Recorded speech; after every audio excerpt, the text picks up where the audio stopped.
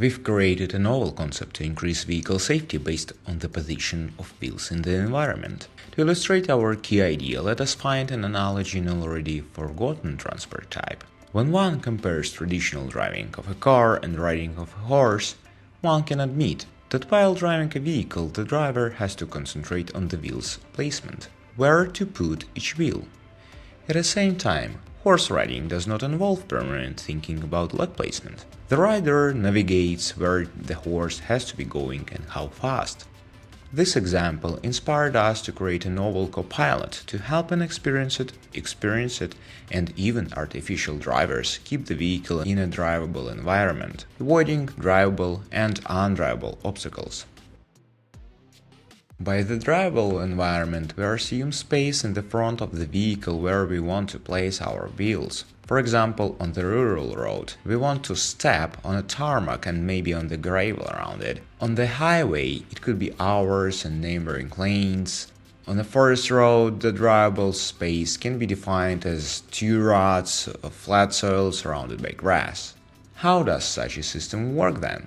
It knows vehicle dynamics and follows the driver's steering as closely as possible, trying to prevent violation of the drivable space constraints predictively. For example, it can work as a traditional lane-keeping system, making the driver able to do whatever they are going to do while preventing leaving of the lane, even if the driver removes the hands from the steering wheel. Or it can serve as a middleware between the autonomous driving system and the hardware, increasing the robustness of the overall control system.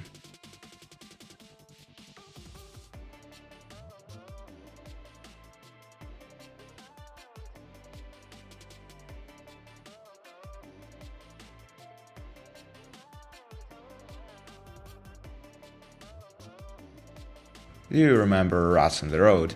Yes, this system can manage to go inside or outside of them.